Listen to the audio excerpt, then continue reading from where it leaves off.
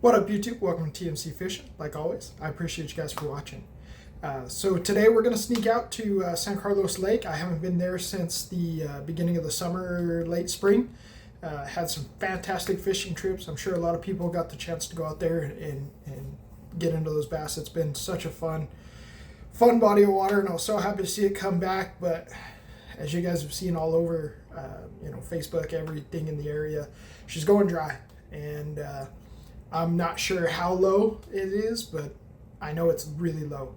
So I'm going to sneak out there. Hopefully we can launch the boat. Hopefully we can get on some fish. I saw a guy post a couple weeks ago out there that it was still fishable. So I want to go see and give everybody an accurate report about what the water level is and what's going on, if the fish are still alive. And also we're going to sit down and actually have a conversation about it.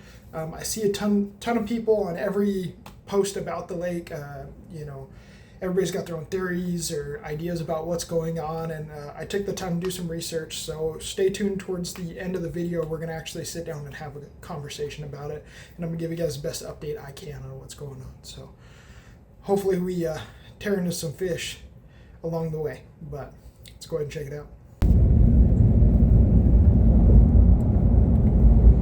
Here's what she looks like now. Not much there.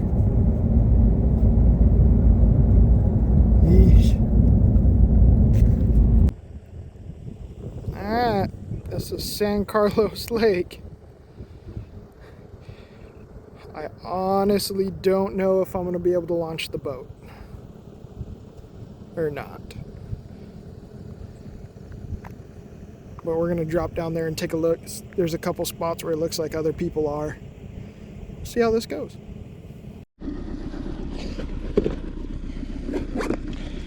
Alright.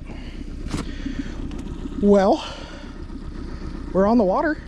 It's a little sketchy trying to get the boat on here, but luckily it does actually drop off right here to about 5-ish foot of water, so it's launchable. I don't foresee us going real far. There's not a whole lot of places to fish. Probably just going to cut across the other side. I want to stay in the creek channel, just for safety. Gonna kind of just putt around and check it out, pay attention to my fish finder and see depth, see how far we can actually go up the lake, because all the stuff I normally like to fish is up there, but I don't know if it's all out of water or not.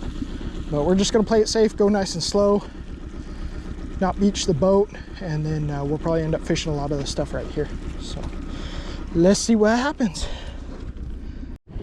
All right, we just putted across here just to check depth. We're in about 10 foot of water right here, over here in the channel. So that's nice for the safety aspect of it. I'm not as scared about running aground over here on this side. But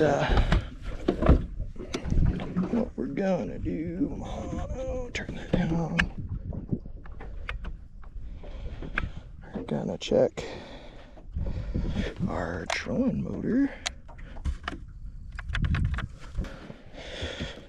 Alright, so we're gonna start off with some top water for sure, and I'm also gonna crank. I got here several hours later than I wanted to get out here. Multitude of things, trying to get a kid ready. Alarm didn't go off this morning, and McDonald's took 20 minutes to get me 2 sausage McMuffins. So, all that kind of fun stuff. So don't worry, I've got plenty of excuses to start my day.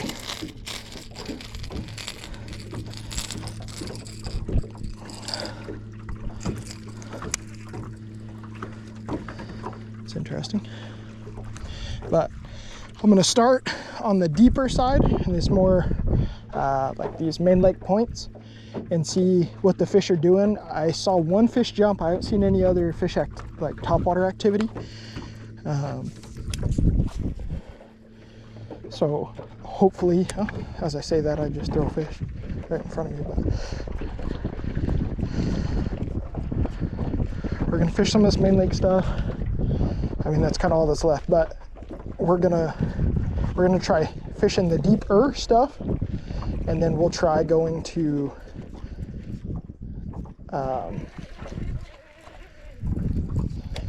we'll try going into the backs of the coves and try and see if we can't talk the shallower fish into doing something.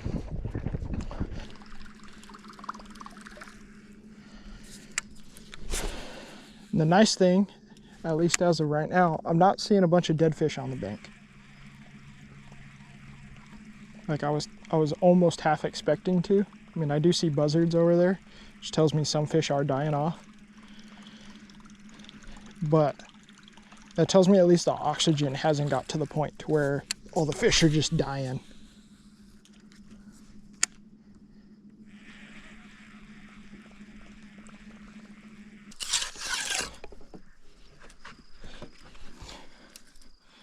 I think we're gonna throw a frog at some of this isolated stuff, and then we're gonna flip it.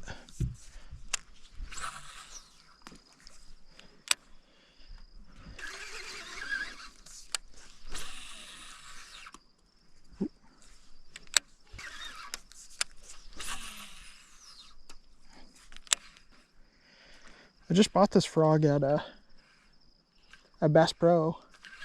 It's a XP, like their version, the XPS frogs, poppin' frog.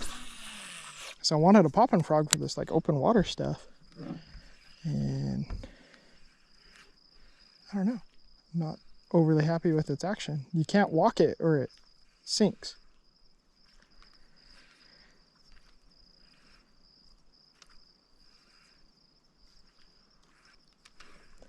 This doesn't want to work. We're just gonna move on and go check out some other stuff, because they're just not, I don't know if these might just be crappie. I haven't seen like a big giant blow up like a bass would, you know, so I don't know if it's all crappie chasing these guys.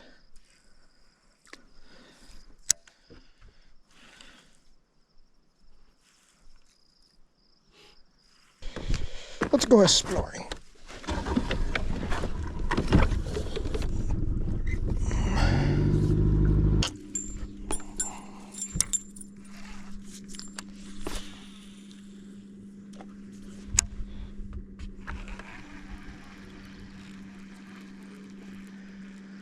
I'm just gonna fish up to this bluff right here, this main lake point. We're gonna fish that, and then if we don't catch anything by right there or off that point, we'll switch it up, move spots. I don't know if these fish are being lethargic or if I'm just not on them. I still don't really know if I'm doing it right or wrong yet. So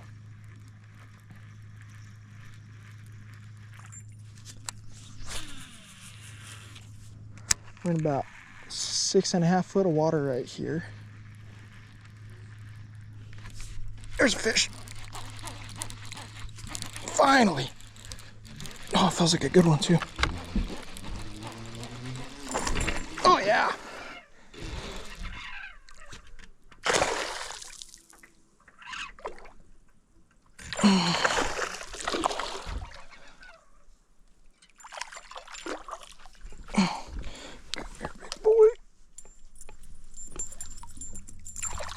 All right, finally, first fish.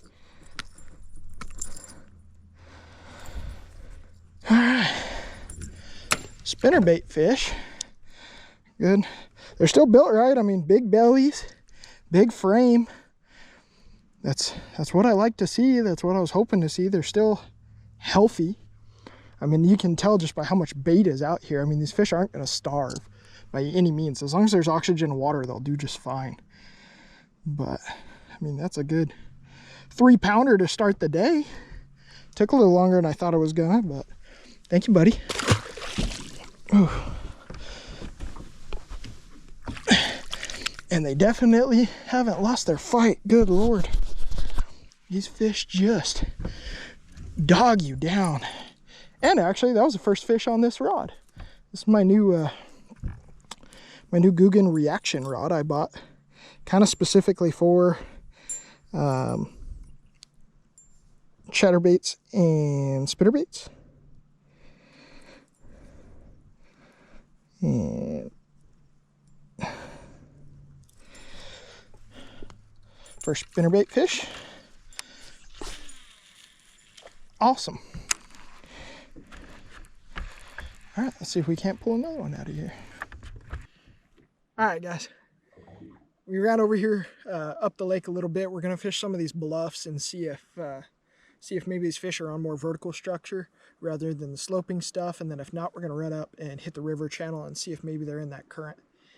But I said earlier that I'm really excited because I get to test out some new baits and some new lures.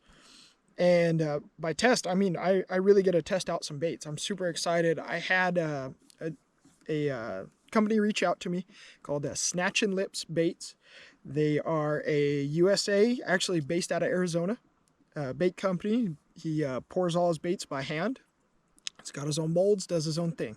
He can make any color variation that you want, any kind of flake or style that you want, if you want two-tone or whatever it may be. He reached out to me and asked if I would be interested in testing out some of his products, some of his baits. And I was more than happy to. I was super excited to get to test out something. So he sent me a sample box of baits, and he asked me a couple preferences that I had, and then he sent me just a plethora of stuff. And when I thought sample, you know, I figured he was going to send me 5 or 6 baits. No, he sent me about 50. I'll put the clip up here in a second of me going through some of the baits and stuff. It just sent a crazy amount of baits, so I'm super thankful. Huge shout out.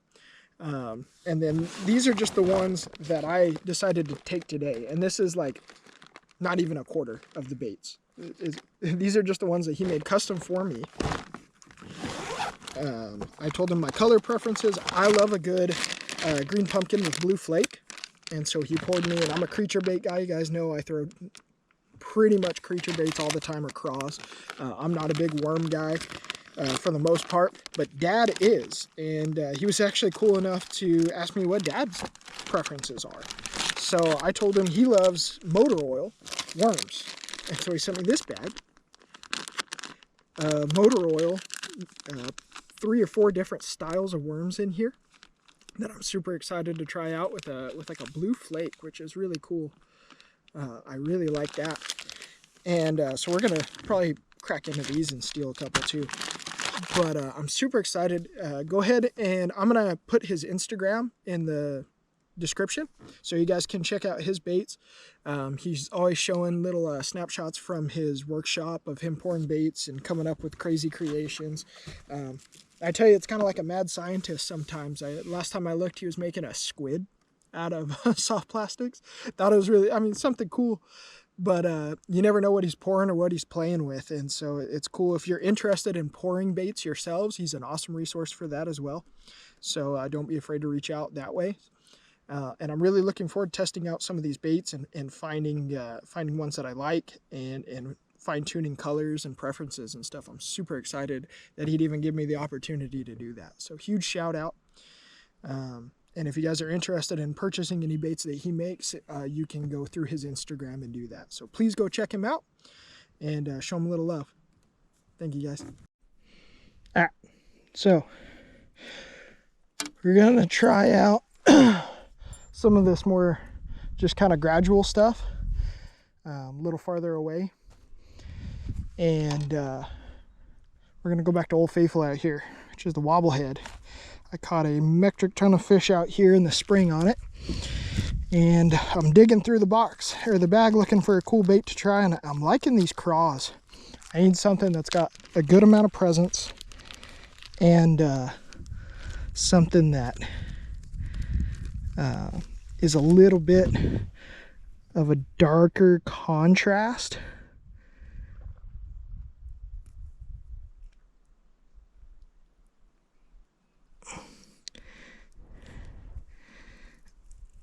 I'm thinking for this. So we're gonna try this guy out. He's got some scent on him. We wiggle, we do. Hands are all stinky now, but we're gonna try out the wobble. It was an absolute killer for us, so I'm hoping it holds true. And I need to just cover water. I really do. Until I figure out where the fish really are and what they're doing, I just gotta keep the trolling motor on high and just go. You know, I could take a whole bunch of time and just slow down and probably flip, and I could probably catch some fish, but it's gonna be very few and far between, I have a feeling. With the fall transition happening, that's just the time of year it is, where you just got to cover water. And I think a wobblehead does that very well. It's kind of the best of both worlds, in my opinion. It's kind of like fishing a crankbait, because you're moving it, but it just kind of bounces around off those rocks on the bottom. And then you're also having a bottom contact bait, so because these fish don't seem to be up chasing very much, like how I couldn't get any kind of interest on top water. So we're gonna try this for a while.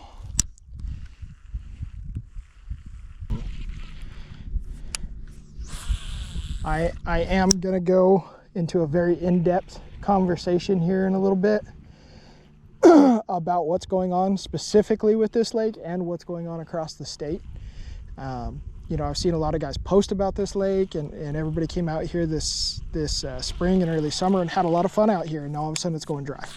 And there's been a lot of accusations and a lot of theories as to why that's happening. And I was very curious myself on the reasoning, on why it's so bad. And so I took the time to do the research and dig into it, and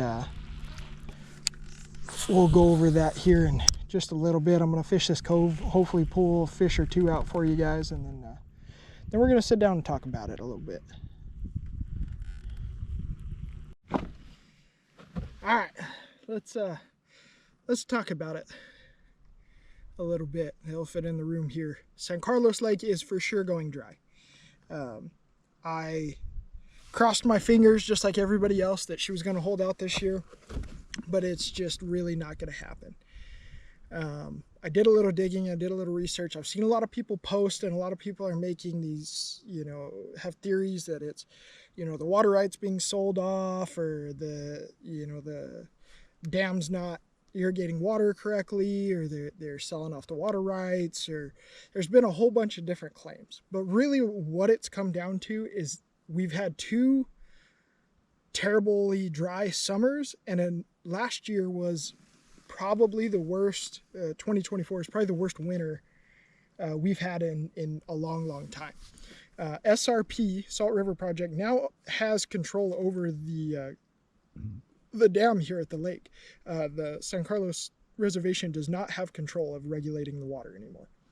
So we thought that was going to be an upside, but what that kind of turned into is everything south of the dam. So like, I believe all the stuff in Casa Grande and south of Phoenix stuff, all those farms and all the agriculture out in that area all relies off the Gila River as their water source to irrigate all their crops. SRP has an obligation to them to get them enough water so that they can grow their crops and have water for living. Now, whenever they first took over and they wanted to keep this dam at a certain, or this lake at a certain percentage, there was a lot of threats of lawsuits from the ranches and the farms and stuff from down south against SRP.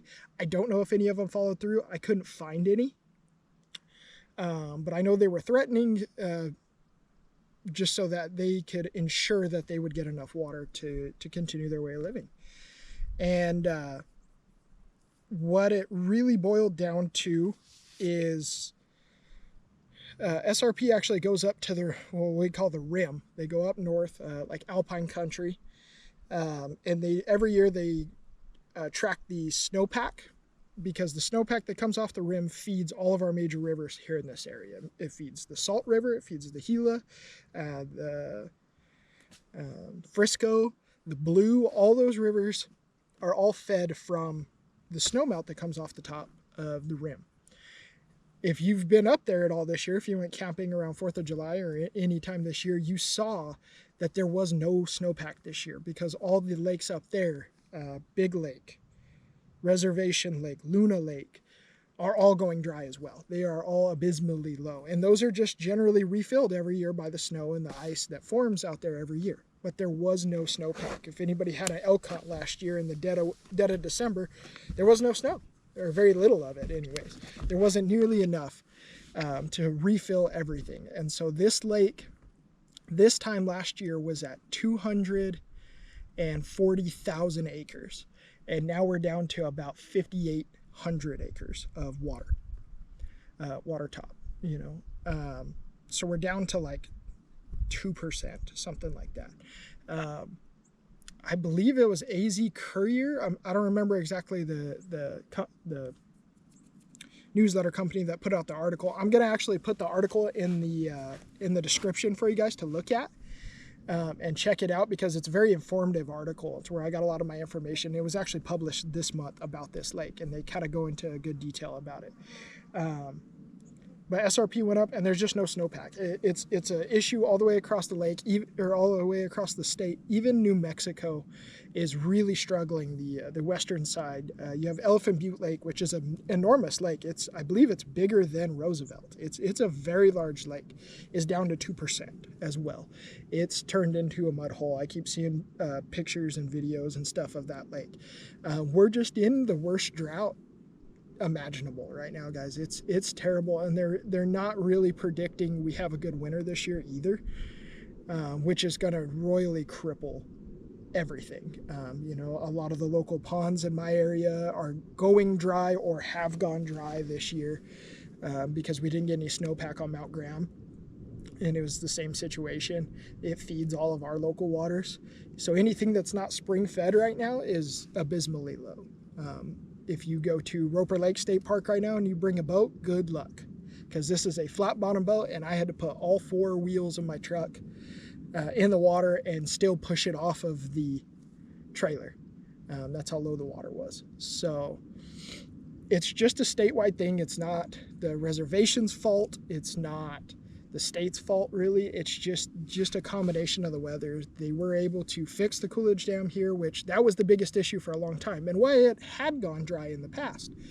When the years weren't so bad, is the floodgates were stuck wide open. They were destroyed and silted in, and so SRP actually came in and cleaned them all out. So now they can actually regulate the water, and they have actually tried to help in what they can. So they took all of the agricultural south of the lakes and stuff, and even a lot of the agriculture there even in the area I'm from in Graham County has been limited on the amount of water they can get, because you get X amount of water per acre. They've actually lowered that down to what they can, just to try and help out this lake and this body of water, because they want it to continue to generate, because it does generate electricity, which is also a necessary resource they need from this lake. But it's not good. SRP is actually estimating that this lake goes dry by the end of this month of September. So like I said, this is definitely going to be the last time I come out here to check it out. I wasn't even sure if I could launch the boat.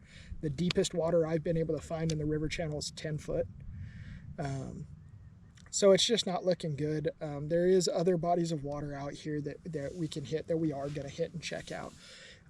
So stay tuned for that. But I just wanted to take a moment and have this conversation and set the story straight about what's actually going on down here. That it's nobody's fault, really. It's just the worst weather we've had in a very, very long time. If we get some snow melt, if we get some pack this year, she'll come back, and everybody knows how impressive this lake is. For that fact, it's such a fertile lake. I mean, we're pulling 7-pounders out of this lake, and it's only had water in it for 2 years. So if we get some good weather and some water back in it, the fish will be back soon before you guys know it. But hopefully that's the case, and hopefully she comes back. I was really hoping to fish this thing all winter, and it's just not going to play out. But I appreciate you guys taking the time to talk about it. If you guys have any questions, or if you have any other research that you guys have done, or any facts you want to add to it, please drop them down in the comments and let me know. I'd love to look into it, and I'd love to have that conversation with you guys. But let's get back to some fishing, all right? All right, well, we made a kind of a sketchy run up here onto the flat. I was trying to get to this other side, but it keeps getting really shallow. And so we're only in about 2.5 to 3 foot of water right here. And I saw these sticks, so I was hoping we can get up here and fish these sticks, because it's literally the only structure out here. The water has gotten substantially dirtier, but I'm seeing fish, like streaks from fish that were either spooking or they're just swimming by. I just don't know if a crankbait's quite loud enough. Might have to throw the spinnerbait through here, or flip it with something dark. But these are literally the only pieces of structure left other than sitting on rock. And so, ooh, just got tapped right there. So either there's some fish held up in these things, and the nice thing about the water being so murky is fish can hold in murkier water much better than they can in clear water, shallow, because you don't have to worry about predators, you don't have to worry about stuff like that. So hopefully we can just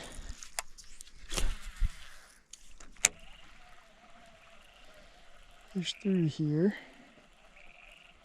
Spooked something.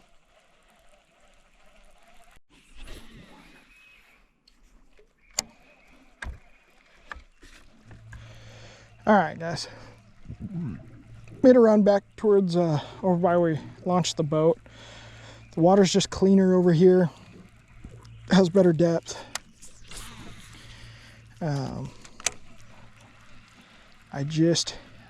I don't know. Haven't been able to figure them out yet. Conditions today are super tough, just with it being so slick calm, bright and sunny. It's gonna make for a tough bite. So I think what we're gonna do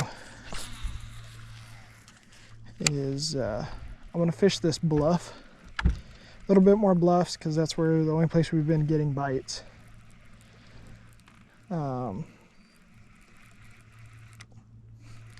And then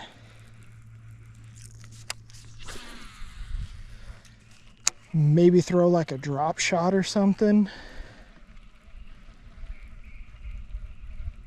a little deeper, like out towards the middle here where like all the birds are. I don't know.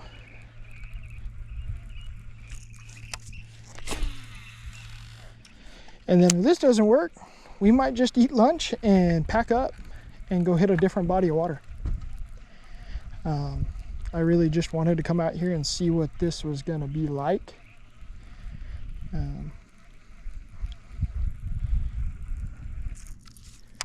We're the only boat out here probably for a reason.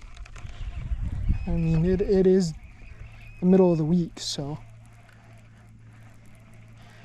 that helps with the boat traffic, but being the only person out here tells me a lot.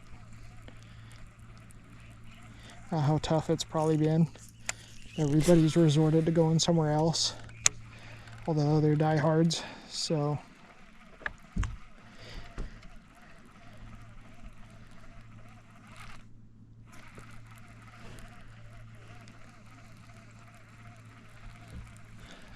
I think we're just gonna spend some time fishing this, and then, like I said, if it doesn't work, we're gonna go check out a different lake.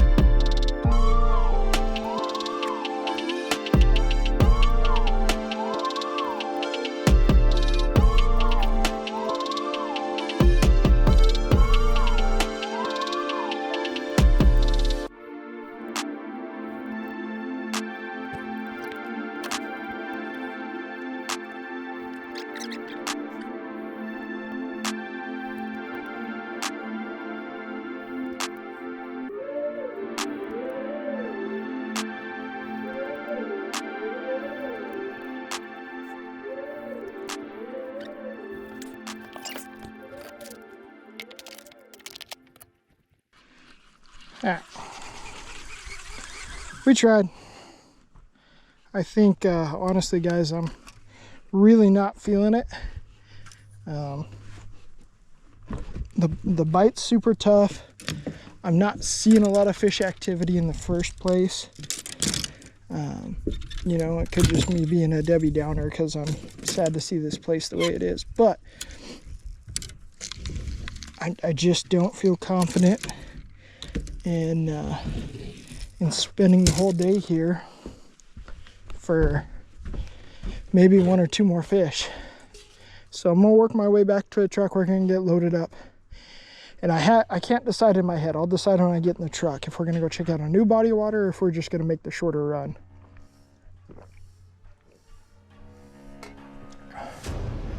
I don't know yet. Can't decide. We'll see.